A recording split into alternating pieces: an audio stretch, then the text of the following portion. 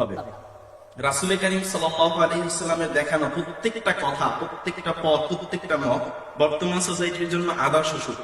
আপনি যখন ইসলাম থেকে দূরে চলে যাবেন, আপনি যখন ইসলামের শরীয়ত থেকে, রাসূলের দেখানো পথ মত থেকে দূরে চলে যাবেন, তখন প্রত্যেকটা সেক্টরে আপনি নিজের ভিতরে নিজের শূন্যতা আপনি দেখতে পাবেন।